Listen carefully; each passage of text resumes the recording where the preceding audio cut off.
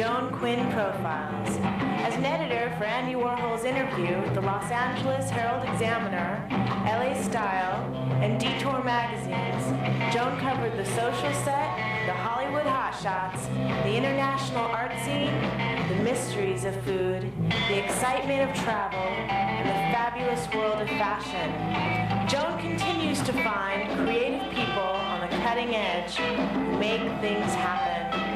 Here's Joan Agajanian Quinn. Hi, I'm Joan Quinn, and welcome to the Joan Quinn Profiles.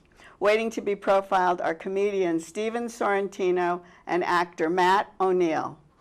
Performer, comedian, singer, impressionist, Stephen Sorrentino was born and raised in Long Island. You've seen him in the movies, on TV, and in commercials. And if you were lucky enough to be in Las Vegas or Atlantic City, where he played the Riviera, the Paris, and the Tropicana, then you've seen him on the stage. This award-winning guest is not shy, so I think I'm going to have a terrible time today. Stephen, you started off at an really early age. Yes, ma'am. Absolutely. When I was 5. I know, I can't believe it. What were you doing? My grandfather was an entertainer, so he brought me up on stage and did this, and I got all scared. And he said, "Sing Tora Lora Lora with us." And I did. For some reason, I'm an Italian kid singing Irish songs. I know. Why? Were you raised with the Irish? No. I like corned beef and cabbage. What can I say? No Irish in Long Island? No. I think there's 4 families: the O'Briens, something and the O'Neills, O'Neills. and the Quinns. Yes. So you started at 5. Mm-hmm. What? And then you continued? Yeah. By the time I was 15, I was in rock bands and stuff, and I was writing music, and I got to, become a songwriter. That's what was pretty interesting, because you were not only doing acting, mm-hmm. but you were writing and singing songs. Yeah. That was like before all of this happened, right? Absolutely. I got real inspired by some of the great songwriters of the day, and Elton John was one of my people that I really looked up to. I was going to say mentor, but he No. So did you spend any time in college? I did almost 2 years, believe it or not, of a community college. And I was making more money than the dean of students at one point. And I said, let me just go to work. What's the big deal? So college, sitting at a desk didn't work for me, because I was working at the same time, doing gigs on the weekends, rock clubs, socials. So for me, I just left and did it. Was that all in New York? Long Island. It was in Long Island. Yeah. Well, where did you learn these skills? I come from a 3rd-generation family of entertainers, so I kind of picked it up as I was going. My grandfather was a singer. Yeah, you have it in your family then. I guess so, yeah. And your mom? Genes. My mom was a singer. Her name was Margie Farrell. We all had stage names, but my real name is Sorrentino. She was Margie Farrell? Margie Farrell. My father was Frank Stevens, and my grandfather was Tony Forlano, which is his real name, but he used to Forlano is great. Yes, but he used to go under the name Mark Stevens, because how could you do a bar mitzvah with the name Forlano? I don't know. Why didn't you make it Jewish then? I did. You did? Oh, he was Mark Stevens, so he could have been Mark Kelman. Who knew? So you just picked up these skills. Yeah. You do these impressions, but how do you learn how to do that? When I was a kid, I watched a lot of television. I used to watch old movies, and Rich Little, I was a big fan of his. Who was my next-door neighbor now in Las Vegas, believe it or not. No. Yeah, so I Does he come to see you, watch you on He has, stage? yeah, and I go to watch him. He's a nice guy. I see him in his underwear in his bathroom walking back, which is not an easy sight, because Rich is like 71. It's not easy. But yeah. So did you follow the same kind of thing he was doing? I didn't. I kind of wanted to be a rock star more than anything. So by 12 or so, I said, no, enough with this impressions, and I decided to learn how to write songs and started playing in bands, but it all came around again. And then, is it really true that the boss is related to you? Yeah, my Aunt Adele's son is Bruce Springsteen. No. Yeah, Adela. Is he Italian? Yeah, Adele was Adelina's daughter, and they both came over. My great-grandfather and his grandmother came over on the same boat, brother and sister. Is that right? 1915, yeah. From Yeah, Madison. but so did you learn how to sing the same way he From learned how him? to sing? No. You had these. The thing? No, I actually studied opera and classical voice. Different You did? background. Yeah. Did you ever sing opera? I didn't, because I never wanted to. But I do in my show. I do a Pavarotti bit. You do? Yeah, so I have to sing. Do you impersonate him? Yes. I absolutely do. Yeah, but you have all these awards, and one of the awards is your #1 impression, which was Elton John. Yeah. And how do you do that? Well, my award. What do you do with your hair? A wig. hello, for the Elton John thing, which is not what I won the awards for. I won the award for doing 180 different voices in the show. So there was more of a multi-thing. And I'm not going to ask you about 180 voices. Could you ever remember all of those people? No, I'm getting old. I don't remember anything. We could throw a name at you and boom. Well, like a Jerry Lewis thing, you do a whole morphing thing where your whole face becomes a little bit like this, and then you Hollywood. Yeah, and then you look like him. A little bit. But how do you look? No, you look like him a lot to me. How'd you do Elton? Elton John was a complete transformation. It's a wig, it's eyebrows, bigger, thicker eyebrows, black wax in the teeth, an English accent the whole bit. See the little hiney chin here? You make that a little bit more deeper. You wear a Versace suit and more rings, and you learn how to play piano when you're in. Where do you get that accent? Did you? I'm an actor. I learned it. I know, but you know, I like the title of one of your shows, Voices in My Head, because those are all the voices, I guess. It's the voice of music. It's the voice of acting. I do pantomime in my show. I do a send-up to Red Skelton, who I knew very well. So I love all that stuff. And the voices in my head is all those voices stuck together on stage. But talking about Red Skelton, did he do impersonations, or he did more kind of slapstick? Pantomime. Pantomime. He did brilliant pantomime where you would look and he would be sewing something and you would actually see the weight. Yes. Amazing Oh, guy. right. Yeah. I didn't think of that. Back to Elton. Do you play the piano when you do that? I play piano, sax, flute, and guitar. Oh, that's right. You're so musical. I'm a multi-talented guy. Yes. Hello. Oh my God. Multi-hyphenate, we say here, because you've got so many things under the title. You But have to. do you play and sing when you do that? Yes, ma'am. When you go on stage, do they request the Elton John thing? I try not to do it as much because, to be honest with you, it became golden handcuffs, we call it in Las Vegas. What is that? You always have to do it? Well, you're stuck there, but it's golden, so it's cool. So it's something that I kind of don't do anymore, believe it or not, and I may not even do it at the El Portel. I may or may not. Oh, tell us about the El Portel show. It's going to be... It's in North Hollywood. It's in North Hollywood, Alan Lancashire, famous El Portel. Right, which is right. a old vaudeville house, and I'm a big vaudeville fan. Oh, so how will your show... Just walk us through what you do. It is the only Las Vegas show playing in Hollywood. It's going to be showgirls. It's going to be impressions. Oh, it will. It'll be everything. Big production. My band is coming from. Are you the showgirl? I'm one of the showgirls. Yes, I have a fabulous cleavage. It's going to be a wonderful show. Then when do you come out? What do they do? I'm the star of the show. I come out at the beginning and I leave at the end. But it opens up with showgirls and stuff. I have the big feathers, the whole 9 yards. We're giving you the full Vegas treatment in Hollywood. That's great. You talking about being the showgirl and coming out. I'm not the showgirl. You were like a drag queen in some movie? Now you're telling everyone my secrets. Yes. Were you? What in a was movie it? called Homo Heights. I played the mafia boss drag queen. Can you believe it, a mafia character as a drag queen? Yeah, I thought that was pretty progressive because I got to be the tough guy but in drag. And your Italian name, probably, right? Maria Callas. It was actually like Callas, like the hand. It was a fixation with Maria It was Callas. your name? Was In it the movie, Callas? Like Maria- a Yes. Well, from mafia drag queen to touring with Disney. Yeah. How, The I Lion mean, King.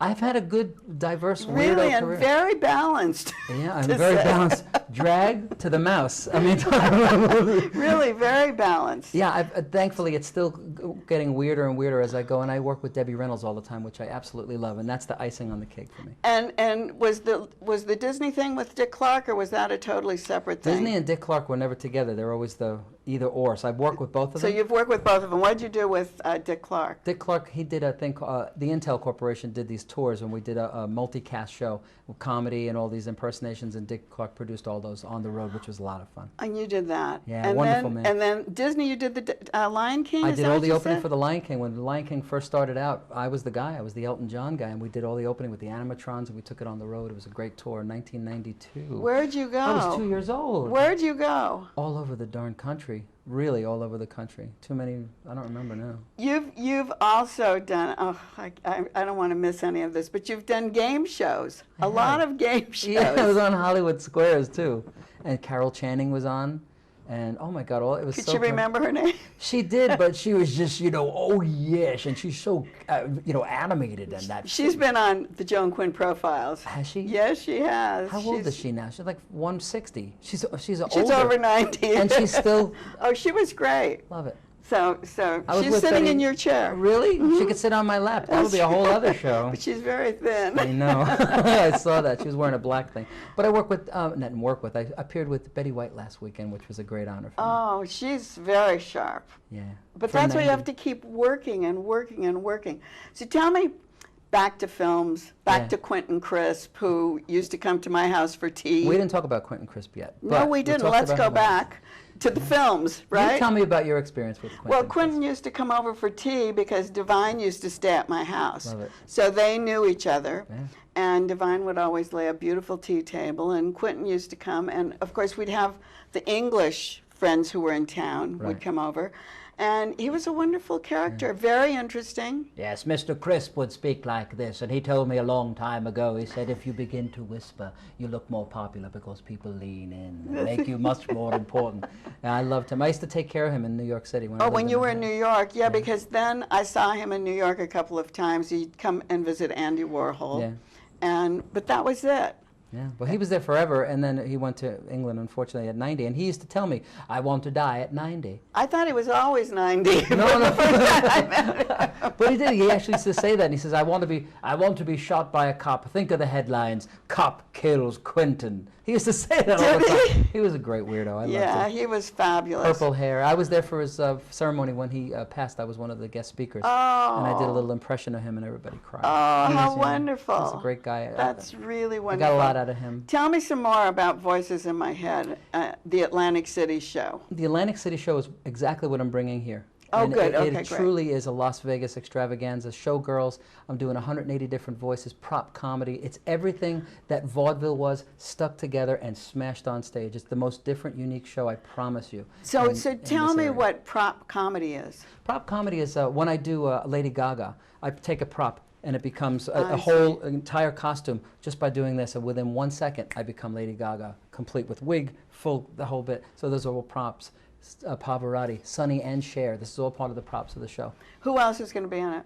In the show? No, in the names. And the name, oh my God. Everybody from Joan Rivers to Ethel Merman to Red Skelton send up the little tribute to Debbie Reynolds. Tears of a Clown. There's old production numbers with, the girls are also dancers. They're legitimate dancers. So I'm going to have them. Great musicians. One of the guys from the Beach Boys will be in the band. It's gonna be Do you great. just sing regularly, or is it always a comic kind of thing? I do some legitimate singing in the show, real heartfelt stuff, like I do Tears of a Clown and Smile. I do a little thing for Charlie Chaplin. Oh. And that's a whole heart. I promise you, you'll laugh and cry in the show. Who writes all of your material? Me! Do you write all of your material? Everything, yeah. Do you still take dance and No. you don't do I'm any? too old. I'll fall down. Well, do you dance on stage? I do. I jump around for an hour and a half. You'll see me jumping and dancing, and I do pantomime. I take some stuff from Red Skelton, but they're all original pieces, but they're all send-ups and tributes to the greats. Well, we are so happy you came and talked to us So today. happy to. Thank you so much. Thank you very much, Stephen Sorrentino. And don't go away. We'll be right back with Matt O'Neill.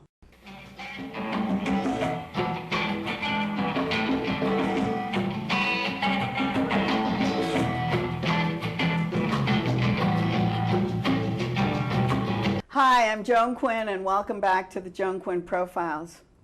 Actor Matt O'Neill was born and raised in Pittsburgh, Pennsylvania. He's acted in dozens of regional theaters, in lots of independent films, and appeared on TV shows, also in web series. I don't know what he did on that, we'll ask him.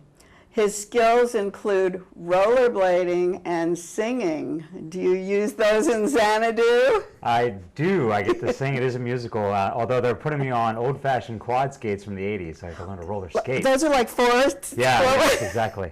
But you're the lead. You're playing Sonny in Xanadu. Malone, yes. That's fantastic. It's a great Are role. you with the Doma Theater Group? Yes, it is. Doma's putting this up. I did a show with them back last spring, Tommy, the Who's Rock Opera. Oh, you did? Yes, I was Cousin Kevin in that. And just great to be part of that Doma Theater family now. And where's the theater that they're showing it? They rent space out of the Met Theater, which is at the intersection of Santa Monica and Oxford Street, which is 1 block east of Western. Oh, I know where that is. But is it a big stage? It's a good-sized stage. I'd say it's probably 36 feet across. Well, what do you do on your roller skates? Do you skate on stage? We will. Yeah, we're still going through with our skate coach and going through choreography. We start choreography this week, but yeah, we will. We'll be rolling around all over the place. Well, tell us the story. Xanadu.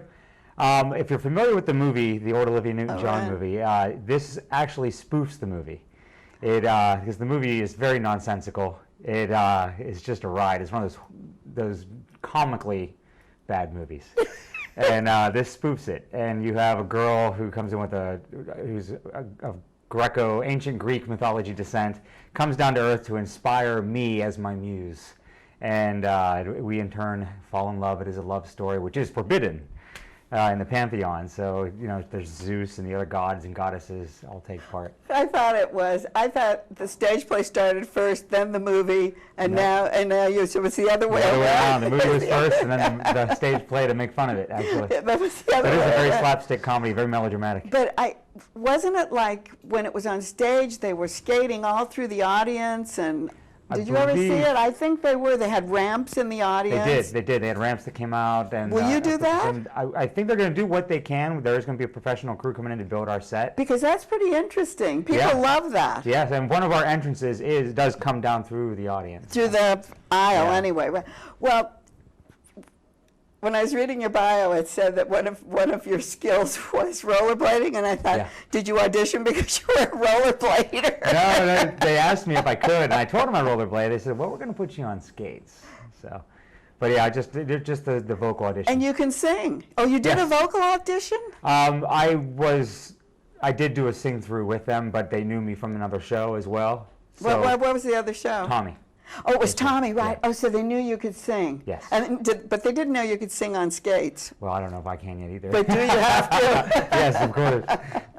You did a lot of theater in Yes. Pittsburgh Yes. and surrounding areas. Yes, it's a big theater town, actually. It's fantastic. And you were in McKeesport, McKeesport Little Theater, yep. which is the home of Andy Warhol. Yes, that's right. And I don't think Andy ever did theater, but I'm sure as a youth he must have gone to some of those theaters. Oh, he's probably seen some there. Yeah, there's so many theaters, been there for so long, so many years. Right, and then of course that's the home of Pittsburgh's the home of the Andy Warhol Museum. Great museum. I've been there quite a few times. I know, so have I, and I Yeah. love it. It's really good. You did the opera too in Pittsburgh. Yes, I did Dead Man Walking at the Pittsburgh Opera. Did you sing? I was in the opera chorus? chorus and did some supernumerary parts as well. And why didn't you stay with opera? Performance is what I loved. It wasn't necessarily the musicality portion of it. I am an actor first and a singer second. So when you went to school, were you going to be an actor? Yes, that was my goal. Where'd you go to school? Well, I ended up going to Duquesne University School of Music Oh, you for did? a brief period of time. I didn't finish there. I decided to go another route with my life, but I did start there. When you were in high school, were you in acting? Yes, I was in choir from 5th grade on up all the way through. Oh, and then you were. I did my first show my sophomore year of high school and walked away from every single sport. Because you were an athlete at Yeah, I was an that athlete time, at that time as but well. you fell in love with the stage. Fell in love with the stage, and they had all the plays and musicals coincided with the season of a sport that I was in, so I just Oh, walked that's away from them right. all. That's what I've heard from other actors. Yeah, And their sports careers. exactly. One or the other sometimes. I know. Was there show business in your family? Actually, yes. My mother was a flute and piccolo player. Oh, so she was very Played musical. professionally. She did? Yes, she did. Symphony orchestra. She also in the Continental Army Band. Played for the president. You're kidding. No, not at all. And my father was and is. I'm estranged from him. We have no connection, but he was a professional trumpet player and so still is. So you have Yeah. You have those musical vibes. Absolutely. I kind of in the blood, I think. And that voice. Oh yeah. Yeah. Did you take operatic did. training? I did. I've studied with quite a few voice teachers. Duke University. I had some vocal coaching with Claudia Pinza, and one of her proteges, Ed Beckwith, prior to that. Oh, so you know everything. You love the theater. I You do. were in Pittsburgh. Why didn't you go to New York? Why'd you come to LA? Well, I think LA was always my last destination. I love the warm weather. I remember being a little kid saying I was going to live in California someday, and of course my family was like, "Oh, okay, Matt," but here I am. But I actually was going to go to New York. I moved to New York to attend the American Musical and Dramatic Academy, where I was accepted, but some plans don't work out. So this ended up working out. I'm here where I'm meant to be at the right time in my life. So this is right. So what kind of roles were you playing when you were on the stage?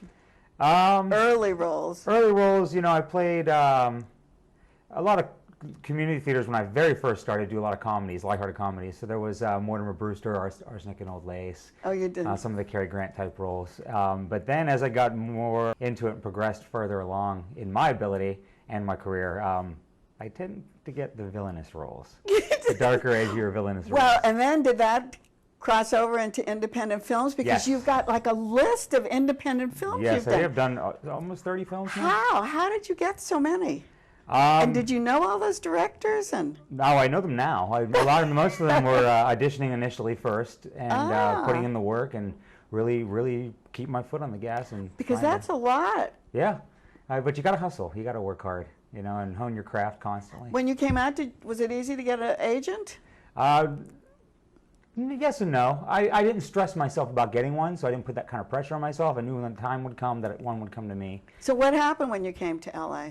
I moved out here and got set on my feet and started making some income first, and then started hitting the pavement. Did you start working someplace? Yes. Regular work? Regular work, not regular show- work, Regular, yes. like a regular person works? Yes, I'm a personal trainer, and I was doing you- that for 14 years, Were you? since I was 19 years old, yes, to try to... Well, this was the best place for it. Exactly, and it's flexible. Yes, it is. So you yeah. could do. So that allowed you to go on your auditions and Exactly, to do all your things. exactly. What about acting classes? Did you take acting classes out here? I do, yes. You still do? I still do, constantly. I think that's one of the most important things that I can stress is you constantly have to work on your craft and hone your craft. And just showing up on set doesn't necessarily get it done. You got to really get in there and work and grind the stone. And I study advanced scene study and technique with the Will Wallace Acting Company right now, and I've studied with a few other private coaches out here as well. And do you continue singing lessons, or I do. can you do it yourself? At this point, because I've had so much training, I do know the technique and the right exercises and how to support, and I know what to do, so I do most of it myself. But if I get stuck or if I'm having something that's kind of challenging or I feel a little rusty, I do call up some voice teachers that I've studied with. And then so this play Xanadu. Mm-hmm. Would you call somebody? Would you talk to a voice teacher and say, "This is what I have to do"? Possibly. I'm doing pretty well with this one. Our musical director, Chris Raymond, is a genius, and I love working with him, and I'm meeting with him one-on-one too to work on it as well. But you know, it's something I can handle. Where does the music come from? Is it recorded? Oh no, we have a 5-piece live band, all girls except for Chris, who's our music director on keyboards. Really? But it's an all-girl band, live band actually, yeah. And how do they watch you while you're skating or singing, or do you watch them while they're playing? How do you coordinate those things? The music, Chris will conduct, Yeah. and he will keep an eye on us and keep the pace of the show going according to what he sees, and then they'll keep an eye on him. But they're in the background; we don't notice them. And does he work with the director? Absolutely, very much so. And who's directing? Halle Barron, And she's our stage manager is Jen Benzik. If I pronounce her name incorrectly, I apologize. I just met her. and Hallie, has she done this a lot? Halle has a very extensive theater background. She studied overseas in Dublin. She comes from a long theater family. All her family's involved in it, and I think it just comes from her pores. So you can just feel it yeah, right and away. she actually when you directed me and Tommy as well. She was. You yeah. have all these great connections. Yeah, I think it's one of the things is you keep your connections, and if you're good and you do good work, And they want to use they you want to again. use you again. Was Tommy at the Met Yes, Theater too? same theater. Oh, it was. So you're very familiar with that. Mm-hmm. You've done a lot of films. I know that. Is there a director that you would love to work with? Yes, Christopher Nolan. Oh, really? I'd love to work with Christopher Nolan or Martin Scorsese.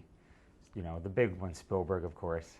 But if I could emulate any particular individual, I have to say I idolize Gary Oldman. I was going to say, who influences you as an actor too? Oh, yes. Gary, he's a great actor. Gary's great. Daniel Day-Lewis. But Gary came out of a theater background too, right? Absolutely. And Daniel yes. Day-Lewis as well, theater. As well, yes. And I tend to think that some of the greatest actors have that foundation. They come from a theater background and then transition into film and TV because it gives you that root to really build that character from the start and stay true to it. How do you feel about working on TV? as compared to the stage? It's just as thrilling. I love it. I really do. It's a totally different animal. You know, you'll get your sides the day of, and you'll get in there, and they might even change it right before you go on. You got to be able to think quick on your feet, which I am adept with improv, so that helps. But it's a different animal. I do enjoy it, but every once in a while, it's just nice to sink my teeth back into the theater just to stay grounded. And when you are in the theater, do you have more time for yourself physically because you're a physical trainer? Do you still work out?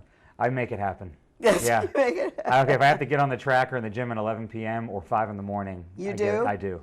Yeah, and you know, part of it is I love it, but I also feel that it's part of my job. I need to push myself above and beyond what most people will do to be successful in this business.